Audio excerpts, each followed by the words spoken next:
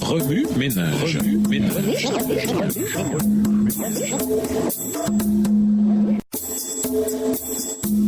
Remue ménage.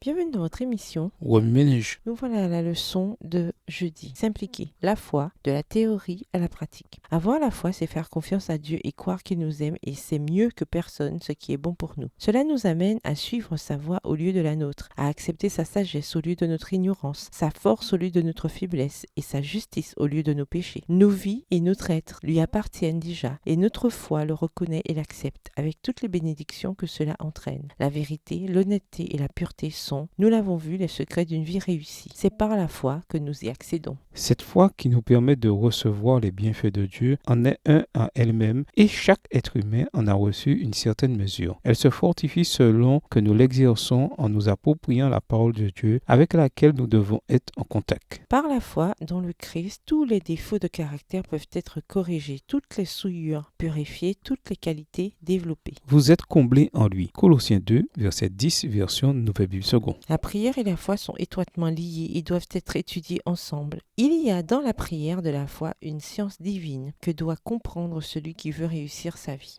Le Christ a dit « Tout ce que vous demandez en priant, croyez que vous l'avez reçu, et cela vous sera accordé. » Marc 11, verset 24. Bien sûr, nos demandes doivent être en harmonie avec la volonté de Dieu. Nous devons rechercher ce qu'il nous a promis et utiliser ce que nous recevons selon son bon vouloir. Dans ces conditions, sa promesse est sans équivoque. Nous pouvons demander le pardon de nos péchés, le Saint-Esprit, un caractère à l'image du Christ, la sagesse et la force pour accomplir l'œuvre de Dieu ou n'importe lequel des dons promis. Croyons que nous le recevons et remercions-en Dieu. Nous n'avons à attendre aucune manifestation extérieure de la bénédiction divine. Le don est dans la promesse et nous pouvons vaquer à nos occupations, certains que ce que Dieu a promis, il peut l'accorder et que ce don que nous possédons déjà se manifestera lorsque nous en aurons le plus besoin. Vivre ainsi de la parole de Dieu signifie que l'on s'est totalement abandonné au Seigneur, que l'on a sans cesse besoin de lui, que l'on est sans cesse dépendant et que le cœur s'élance vers lui. La prière est alors indispensable. C'est la vie de l'âme. La prière en famille et la prière publique ont leur importance, mais c'est la relation secrète avec Dieu qui fait vivre l'âme. Extrait du livre Éducation, chapitre 30, les pages 223 à 227, livre écrit par Ellen G. White. Remue ménage. Suite à l'étude d'Hébreux 11 et versets 1 à 11, en quoi ce passage s'applique-t-il dans votre vie? Quelles sont les applications pratiques que vous devez faire à votre école, dans votre famille, au travail et à l'église? Révisez le verset à mémoriser. En quoi s'applique-t-il à votre vie cette semaine? Au revoir. Et à demain si Dieu veut.